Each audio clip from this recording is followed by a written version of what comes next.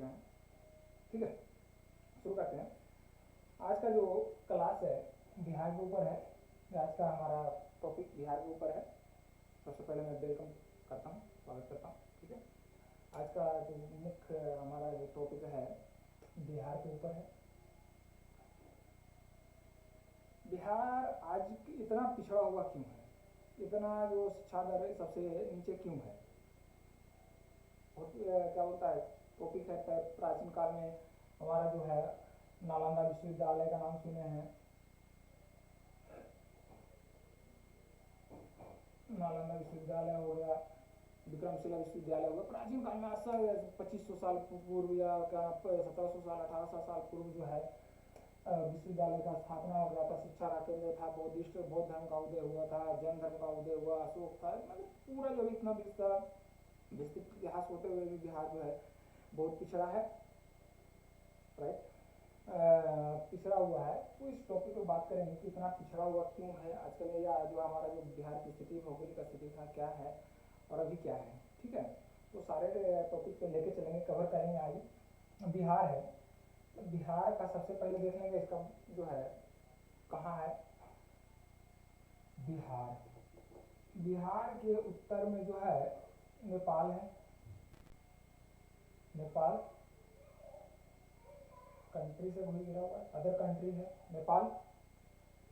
राजधानी काठमांडू इसका, काठमांडू। उत्तर में नेपाल, दक्षिण में झारखंड है, झारखंड। पूर्व में पश्चिम बंगाल, वेस्ट बंगाल, पश्चिम में। ठीक है, अब जो है ये बिहार की भौगोलिक स्थिति। अब जो कहा जाए पूरा तरह से बिहार क्या है, लैंड लॉक है, लैंड लॉक है पूरी तरह से बिहार। या जो है यहाँ कोई समुद्री नहीं है, कोई समुद्री तट नहीं है, कोई खाड़ी नहीं है। ये पूरी तरह से चारों तरफ से जो है घिरा हुआ है, किससे? जमीन से। यहाँ जो है व्यापार के लिए क्या चाहिए? नदी मार्ग चाहिए। प्राचीन काल में नदी मार्ग यहाँ है नहीं। लैंड लॉक होने के कारण यहाँ जो है जंगल भी नहीं है, उतना जंगल भी नहीं है। लेकिन अब पिछले के जो क्लास पढ़े थे, इसके पहले वाला में हरियाणा भी पढ़े थे ना। हरियाणा में क्या था? हरियाणा भी पूर्णतः लैंड लॉक है, लेकिन हरियाणा ज़्यादा विकसित है। लेकिन बिहार विकसित क्यों नहीं है? टॉपिक पर निर्भर करता है। ये लैंड लॉक है, इसको देखेंगे। बिहार पूरी तरह से लैंड लॉक है, बराबर। अब इसके इतिहास में जाते हैं। पहले ये मैं बता दिया, करंट में ये बता दिया लैंड लॉक है। यहाँ का सीएम नीतीश कुमार है, नीतीश कुमार जी हैं, राइट, काफी दिनों से सीएम है।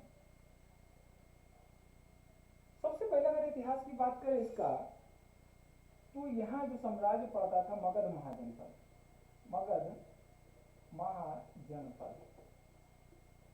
ठीक है, मगध महाजनपद, राइट, मगध महाजनपद पड़ता था। ये जो है जब लोग जो है घुमंतू से या इसको कहते हैं यायावर, या इसको कहते हैं आपको शिकारी से खाद्य संग्राहक के रूप में बन गया।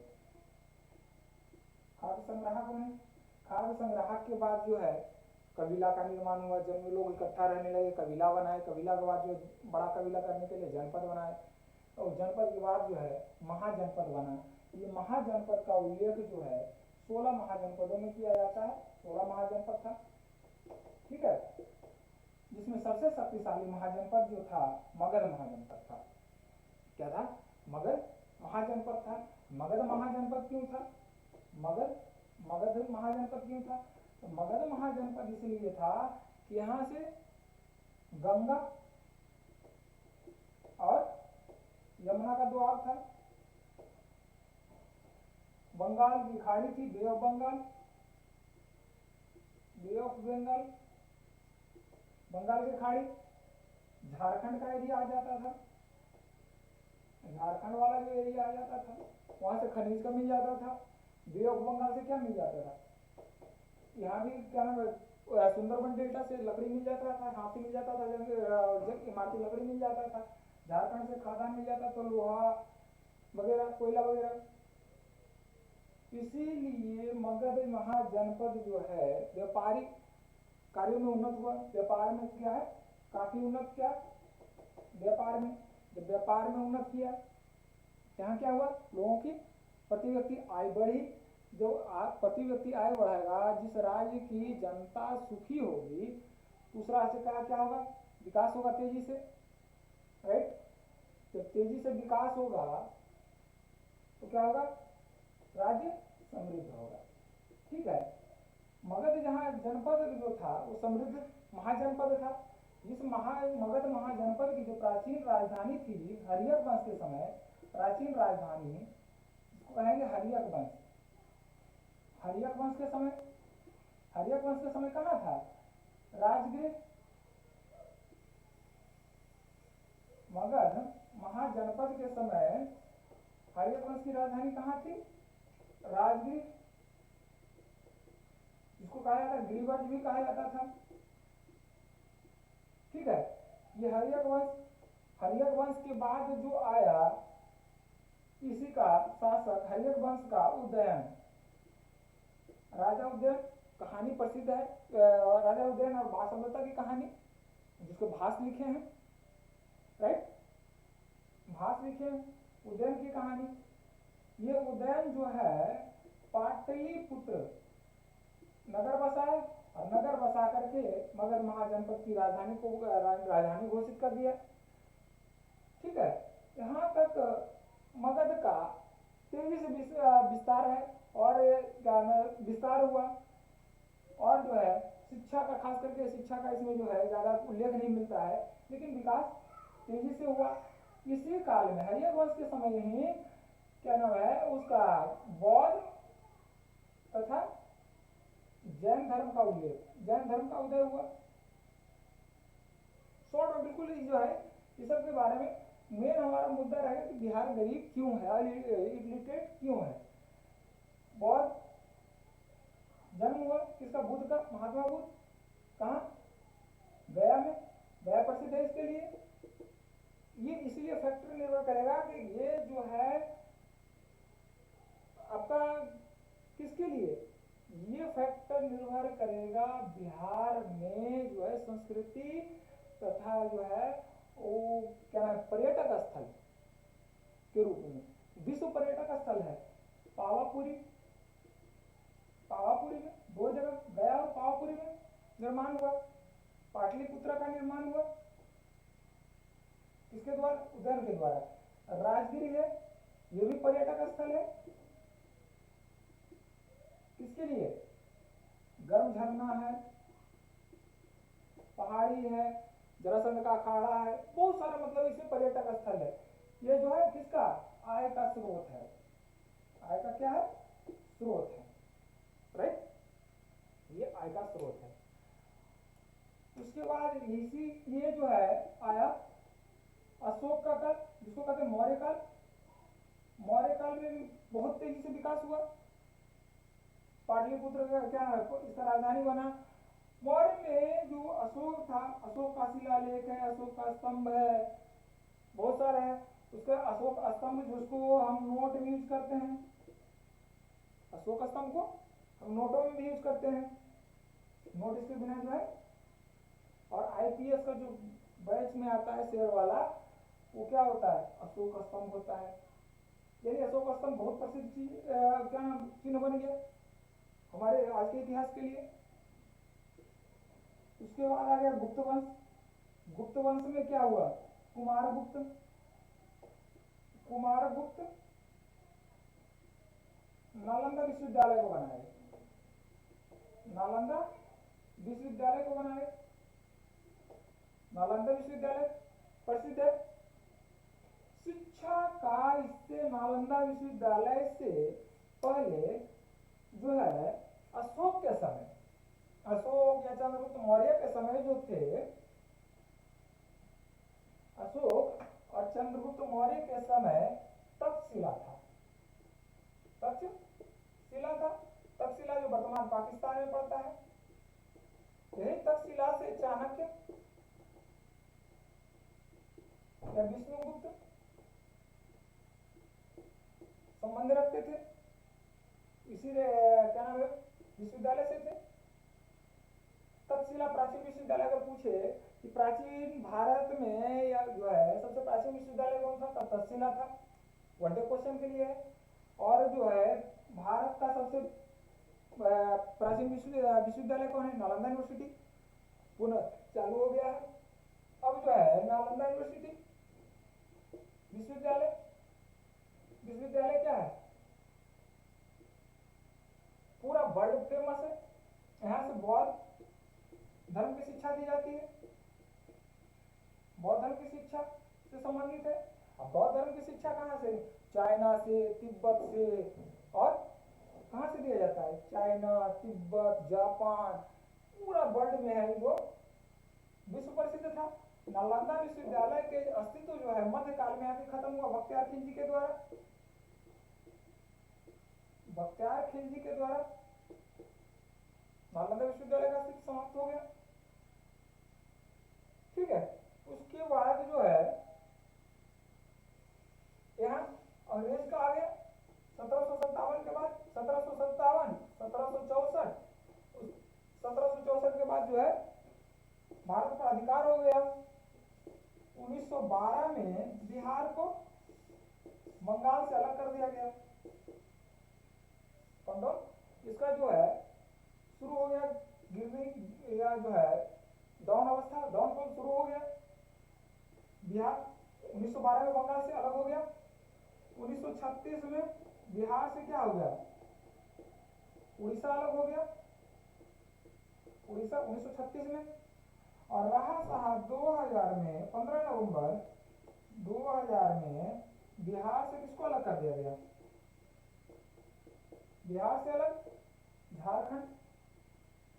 झारखंड को अलग कर दिया गया। पश्चिम बंगाल से कोयला मिलता था, कोयला पश्चिम बंगाल से क्या मिलता था, कोयला मिलता था। जंगल था, सुंदरबन, जंगली हाथी के दांत, इमारती लकड़ी आय का स्रोत था। उड़ीसा अलग किया 36 में बिहार से, यहाँ आयरन ओर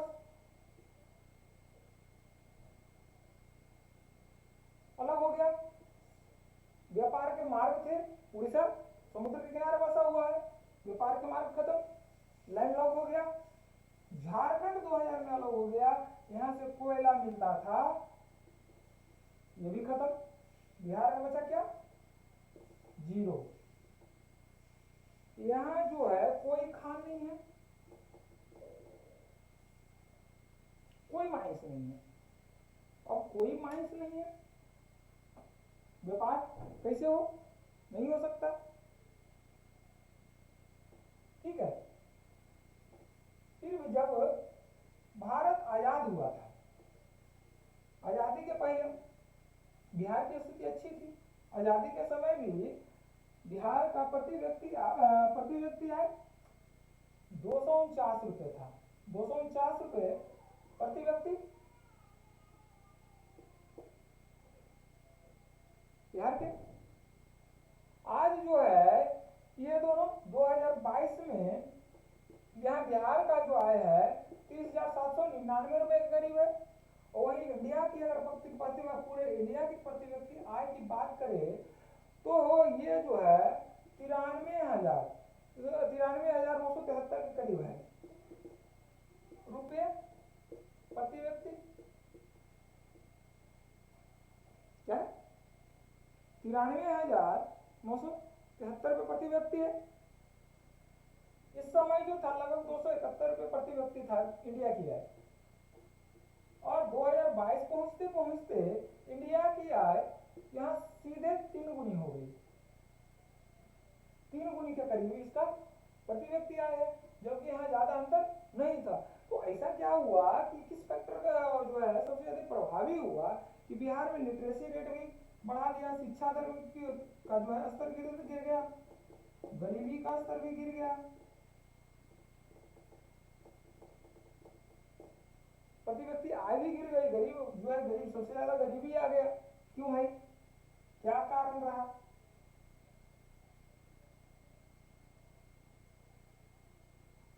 कारण तो कुछ रहा होगा, ठीक है। प्रति व्यक्ति आय रहा, नोट कीजिए।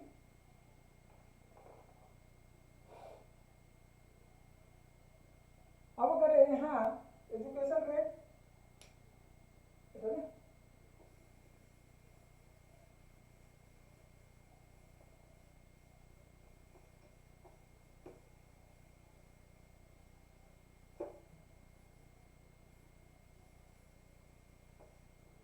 यहाँ का एजुकेशन अभी जो है पॉवर्टी रूट दे देख लो, एजुकेशन रेट, शिक्षा दर जिसको कहते हैं, बिहार की शिक्षा दर, बिहार की शिक्षा दर है 69% के लगभग, 69%। इसमें मेल जो है 70% के लगभग है, 70.32% के लगभग या 52 है। और अगर इसको करें फीमेल की बात, ये मेल हो गया और फीमेल हो गया 53 यानी 50% के करीब पढ़ा लिखा जो है औरत रहेगी, और मेल जो है बिहार पढ़ा लिखा 70% के करीब है, ठीक है। उसके बाद अगर इसको बात करें पॉवर्टी रूट की, पॉवर्टी में तो यहाँ जो है सबसे ज्यादा पॉवर्टी है लगभग 51.9%, आधी जनता यहाँ की गरीब है, 51%, लगभग 50% जो है गरीब है। क्या रेट इंडिया का 77% है, और सबसे ज्यादा जो लिटरेसी रेट है 93% है उसका केरला का, राइट। सबसे ज्यादा लिटरेसी रेट केरला का है, केरल का। 51% गरीब है, गरीब जनता बिहार की, राइट। यहाँ की लिटरेसी रेट सबसे कम पूर्णिया की है, सबसे कम पूर्णिया, सबसे पढ़ा लिखा रोहितास डिस्ट्रिक्ट है, रोहितास डिस्ट्रिक्ट,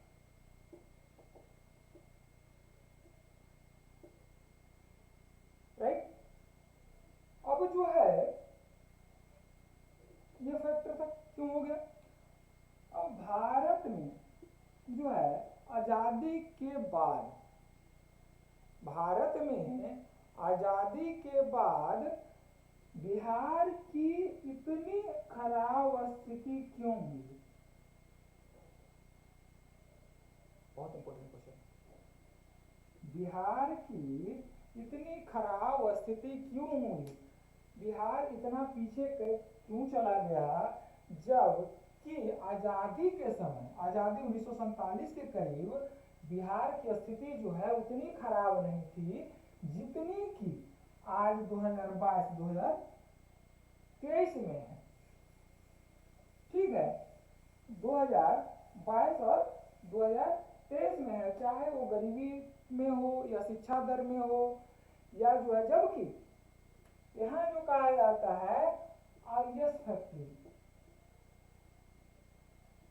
आईएएस फैक्ट्री सब, आईआईटी सबसे ज्यादा निकालता है, आईएएस सबसे ज्यादा निकालता है, जेडबलई सबसे ज्यादा निकालता है। और इसके अलावा वनडे एग्जाम, वनडे एग्जाम चाहे एसएससी हो, चाहे सीजीएल हो, एसएससी सीजीएल सीएचएसएल, या सीजीएल हो सीएसएससी का, या रेलवे हो, सबसे ज्यादा क्या होगा आपको मिलेगा बिहार के लोग। क्यों? इतना होने के बावजूद बिहार गरीब है, बिहार में शिक्षा दर की कमी है, बिहार में शिक्षा दर की स्थिति बहुत खराब है। क्या कारण है? कौन सा फैक्टर है जो सबसे ज्यादा प्रभावी हो रहा है कि जो जहां कहा जाता है कि आईएएस फैक्ट्री है, आईएएस सबसे ज्यादा निकलता है, उस राज्य की स्थिति सबसे क्या होता है, नीचे से सबसे पहला प्रथम स्थान है, नीचे से स्थान है, ऊपर से स्थान किसी, चाहे शिक्षा दर हो या गरीबी रेखा हो, गरीबी हो या पिछड़ापन हो, सबसे ज्यादा आता है। क्यों? जबकि यही जो है 1947 के करीब इसकी स्थिति इतनी खराब नहीं थी जितनी कि अभी है। इसका जो है कुछ फैक्टर है, कुछ फैक्टर की बात करें तो इसका फैक्टर क्या क्या हो सकता है। देखिए इसका जो फैक्टर है, पहला ये पहला क्या हो सकता है, पॉपुलेशन। पहला पॉपुलेशन, जनसंख्या। दूसरा फैक्टर राजनीति। तीसरा फैक्टर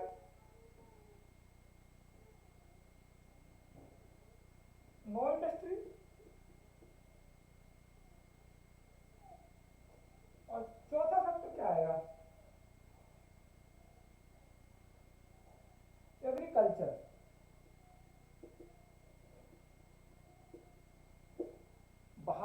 बिहार की जो है लगभग 60 से 80% जनसंख्या एग्रीकल्चर पर है, एग्रीकल्चर पर आश्रित है, एग्रीकल्चर पर आश्रित है। 60 से 80% जनसंख्या, 60 से 80% मतलब समझ रहा है, सब पूरा मतलब आधा से ज्यादा, एक तिहाई, 2 तिहाई भाग, 2 तिहाई भाग जो है पूरा एग्रीकल्चर पर निर्भर है। एग्रीकल्चर किस पर निर्भर है, ये प्रकृति पर निर्भर है। एग्रीकल्चर किस पर निर्भर है, प्रकृति पर निर्भर है। फलता क्या होता है यहाँ, प्रकृति पर निर्भर कैसे, ये बताओ।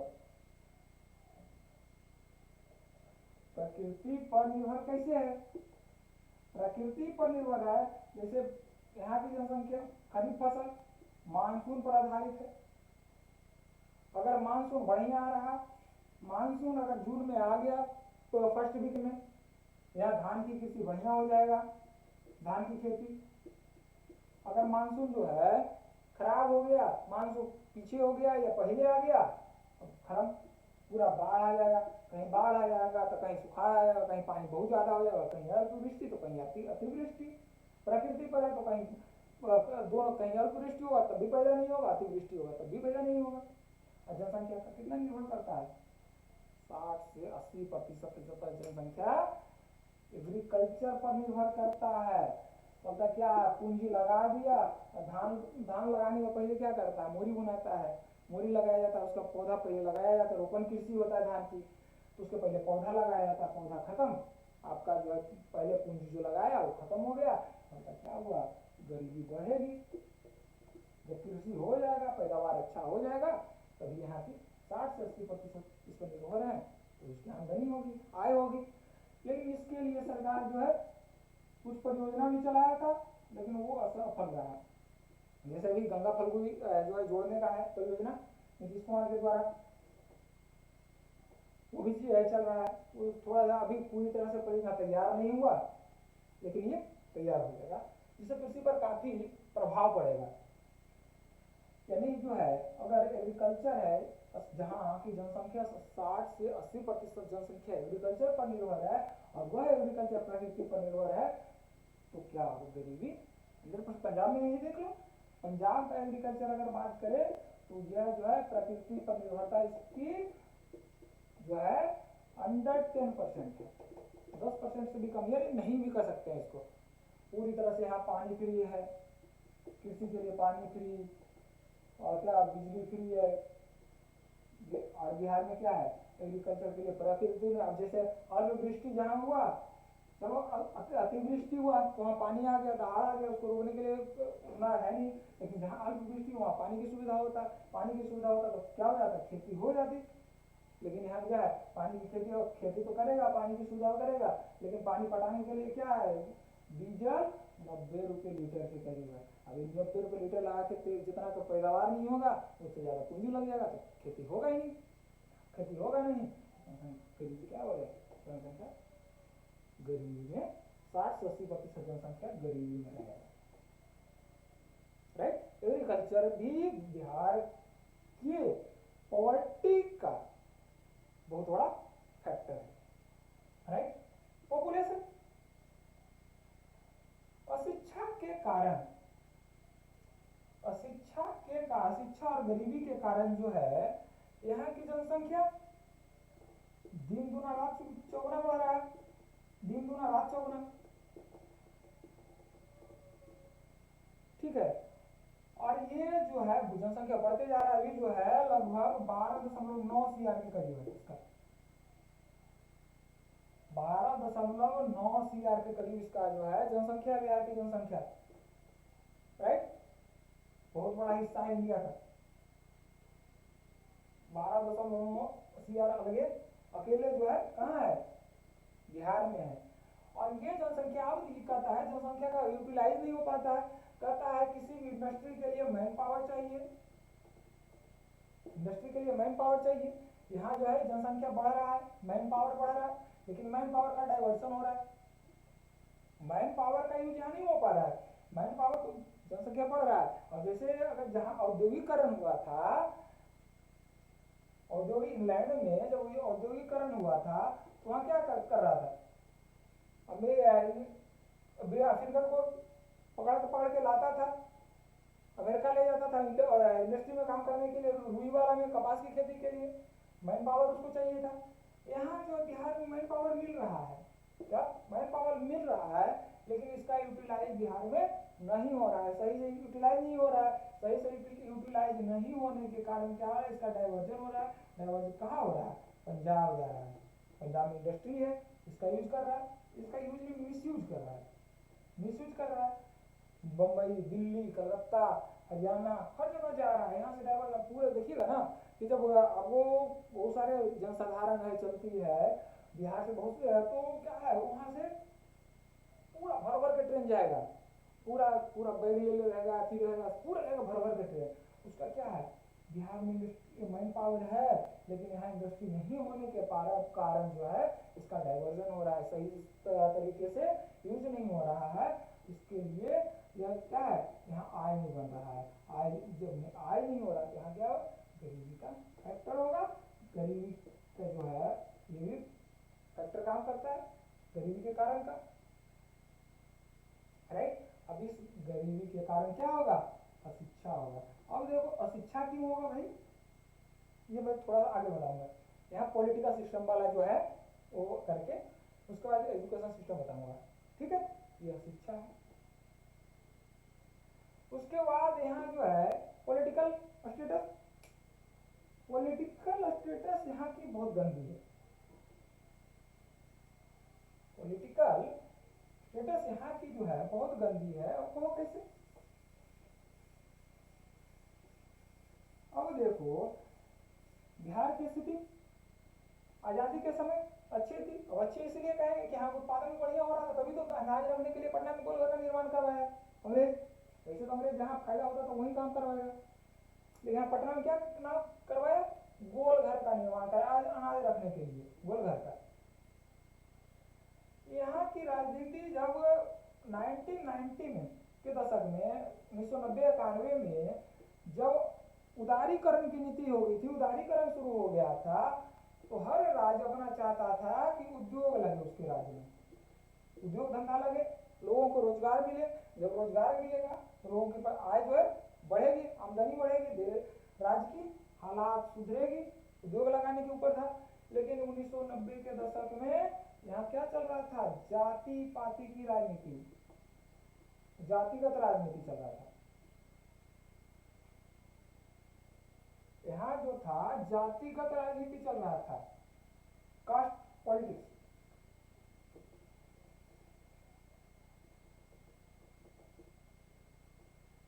कास्ट पॉलिटिक्स चल रहा था। और ये कास्ट पॉलिटिक्स किसमें चल रहा था, वही है क्या नाम है, यूआर, जनरल और ओबीसी, एससी एसटी वाला में कुछ हद तक जो है फायदा हुआ, क्योंकि उस समय जो है स्थिति बहुत ज्यादा खराब थी। कुछ हद तक फायदा हुआ, इसको अधिकार भी मिला, मंडल आयोग, मंडल कमीशन के बाद आयोग इसको मिला, अधिकार मिला, एससी एसटी को भी आरक्षण मिला, ओबीसी को भी आरक्षण मिला। लेकिन ये जो है कास्टिज्म पॉलिटिक्स जो था, कास्ट पॉलिटिक्स आज भी इसके राजनीति में है, इसकी पॉलिटिक्स में आज भी है। हर जगह जो है एजुकेशन पर या उसके विकास पर वोट दिया जाता है, लेकिन बिहार एक ऐसा राज्य है जहाँ कास्टिज्म सिस्टम लागू है, जहाँ कास्ट पे वोट दिया जाता है कि जैसे यादव जी हैं तो यादव जी वोट देंगे, यादव जी क्या पूर्णिमा तो नीतीश कुमार है तो पूर्णिमा पर वोट देगा, और लालू यादव वाला है तो क्या आरजेडी का है तो यादव जी वोट देंगे। ठीक है, तो पूरा कास्टिज्म चलता है। ये नहीं कि हम विकास कर रहे हैं, पढ़े लिखे हैं। तो ये फलता क्या होता है, एक अयोग्य व्यक्ति आपके ऊपर रूल करता है। डेमोक्रेसी यही करता है कि रिप्रेजेंटेटिव डेमोक्रेसी इंडिया में लागू है, रिप्रेजेंटेटिव डेमोक्रेसी लागू है। आपका प्रतिनिधित्व जो होता है एक लिटरेट आदमी, इलिटरेट आदमी जाता है, एक अशिक्षित व्यक्ति जाता है जो समाज में सबसे दबंग होता है, और सब दबंग आदमी के पास कोई नहीं जाएगा। यहाँ की राजनीतिक सिस्टम किसके कारण है, कास्ट के कारण, धर्म के कारण है। ठीक है, ये जो है पूरी तरह से घेर रखा है यहाँ की राजनीति। ये भी जो है बिहार के विकास में बाधक है। ठीक है, उसके बाद है education system. Education system education system education system में जो है बिहार की एजुकेशन, बिहार में एजुकेशन सिस्टम सस्ता है और राज्यों के अलावा जो है सस्ता है। यहाँ दो तरह से स्कूल चलता है, विद्यालय, एक सरकारी विद्यालय जो कहते हैं गवर्नमेंट स्कूल, एक आता है निजी विद्यालय। निजी विद्यालय हर राज्य यही दोनों सिस्टम होता है, सरकारी और निजी। निजी विद्यालय में आपको फी के रूप में कुछ लिया जाता है, फी लिया जाता है, बड़ा अमाउंट, छोटा से बड़ा अमाउंट तक भी होता है। छोटा स्कूल में जाइएगा तो आपको छोटा क्या बोलता है फी देना पड़ेगा, बड़े स्कूल में जाइएगा तो बड़ा अमाउंट देना पड़ेगा। जबकि गवर्नमेंट स्कूल में जो है शिक्षा नीति के तहत आपको शिक्षा का अधिकार है, इसके तहत है 8 से 14 वर्ष तक के बच्चों का निःशुल्क शिक्षा है सरकारी स्कूल में। ठीक है, अब सरकारी स्कूल में एजुकेशन लिबरलाइजेशन, जब उदारीकरण चल रहा था, लिबरलाइजेशन चल रहा था, तो क्या अभी उद्योग लगा नहीं, एजुकेशन सिस्टम है। एजुकेशन सिस्टम इतना हो गया कि एग्जाम ना लेकर के एग्जाम को खत्म कर दिया इस एजुकेशन सिस्टम को, शिक्षा के लिए, शिक्षक की भर्ती के लिए। और क्या सर्टिफिकेट दिखाओ 2012 वाला में मुखिया बहाली करता था शिक्षक को, यानी जो तराजू से तोल रहा था वो भी शिक्षक बन गया, जो बनिया के दुकान पे था वो भी शिक्षक बन गया, जिसको कुछ पता नहीं है। फलता क्या हुआ, एजुकेशन का रेट गिरेगा। इसके बाद यही नहीं, 2014 में भी यही कहानी हुई, मुखिया बहाली, शिक्षा का स्तर जो है बिल्कुल नीचे गिर गया, बिल्कुल नीचे गिर गया। अब ये नीचे गिर गया, सरकारी विद्यालय में कौन पढ़ता है, सरकार निजी विद्यालय में जिसकी आर्थिक स्थिति अच्छी हो वही सर निजी विद्यालय में पढ़ता है, और जिसकी आर्थिक स्थिति अच्छी नहीं होगा वो कहाँ जाएगा, सरकारी विद्यालय में, गवर्नमेंट स्कूल में जाएगा। ठीक है, और इस आर्थिक स्थिति के कारण गवर्नमेंट विद्यालय में कौन सा है, मुखिया के द्वारा बहाल शिक्षा, एजुकेशन क्या हो गया, जीरो। उसको पूछिएगा कि बिहार बहुत सारे ऐसे टीचर हैं बिहार में, जिसको पूछिएगा भारत के प्रथम प्रधानमंत्री कौन थे वो भी नहीं बताएंगे, भारत के प्रथम राष्ट्रपति कौन थे नहीं बताएंगे, झंडा का जो है आकार क्या होगा, रेशियो उसका क्या होगा वो भी नहीं बताएंगे। ये है बिहार में एजुकेशन सिस्टम। और ये जो है बिलो पॉवर्टी लाइन वाला, आर्थिक स्थिति अच्छी नहीं है, बिलो पॉवर्टी लाइन, उसकी जनसंख्या लगभग बिहार में कितना है, 70% के करीब, 70% के करीब। लेकिन इसका डाटा के अनुसार आपका अगर जो है 50%, 50-51% दिया है, 51%, आधा जनसंख्या किस पे करता है, बिलो पॉवर्टी लाइन पे, जिसको एजुकेशन स्तर क्या है, एजुकेशन जीरो मिलता है। तो एजुकेशन जीरो मिलेगा तो आपको क्या हो जाएगा, गरीबी 100% आएगा। ये है खराब हो गई। हर जगह होता है कि एग्जाम लेके टीचर बनता है, टीचर एक ऐसा चीज होता है कि आपको पढ़ाता है, आपको क्या नाम है फ्यूचर को बनाता है, लेकिन यहाँ फ्यूचर बनाने वाला कहीं फ्यूचर पता नहीं है, तो क्या पढ़ाएगा वो, क्या बताएगा, एजुकेशन सिस्टम जीरो हो गया। उसके बाद इतना करने के बाद बिहार में एग्जाम होता है। अब देखो लड़कों के साथ क्या होता है, जिसकी आर्थिक स्थिति अच्छी होती है, निजी स्कूल में पढ़ के थोड़ा सा जो है, बिहार में इंडस्ट्री है नहीं, इंडस्ट्री नहीं है, नो इंडस्ट्री, तो क्या करता है बिहार के लड़के, कुछ तो काम करते हैं, तो क्या करते हैं प्रतियोगी परीक्षा की तैयारी करते हैं, प्रतियोगी परीक्षा की तैयारी करते हैं, जैसे रेलवे हो गया, आईएएस हो गया, आईपीएस हो गया, सीएस सिविल सर्विस हो गया, तो क्या हो गया बैंक हो गया, तैयारी करते हैं, निकल भी जाते हैं। लेकिन यहाँ का स्टेट गवर्नमेंट की अगर बात करें परीक्षा की, यहाँ क्या है, यहाँ एक और वैकेंसी निकालेगा, जिसे 2014 के वैकेंसी 2022 में एसएससी इंटर लेवल 2022 में 8 साल के बाद क्लियर होता है। उसके बाद अगर बात करें कोई भी एग्जाम देता है तो 2 बार कैंसिल होगा, 3 बार कैंसिल होगा, 4 बार कैंसिल होगा, उस छात्रों को उसका आंदोलन करेगा, छात्र पढ़ने से ज्यादा आंदोलन करते हैं, आंदोलन करेंगे, उस पर लाठीचार्ज होगा, भाई केस मुकदमा होगा, जाओ तुम अंदर जाओ, तुमको नौकरी नहीं होगा, इस तरह से होता है। तो क्या हुआ, बिहार की स्थिति इतनी, पॉलिटिक्स इतनी गंदी है, मिला जो कहे कि पॉलिटिक्स इसके इतनी गंदी है कि गरीबी का बहुत बड़ा फैक्टर है पॉलिटिक्स।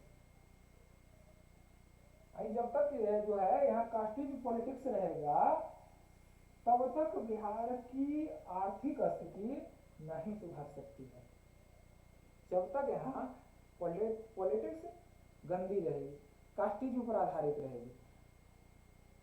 ठीक है, तो ये था बिहार का। अगले क्लास में हम किसका, जे एंड के का लेके आएंगे। ठीक है, तब तक के मिलते हैं अगले क्लास में, राइट, ठीक है।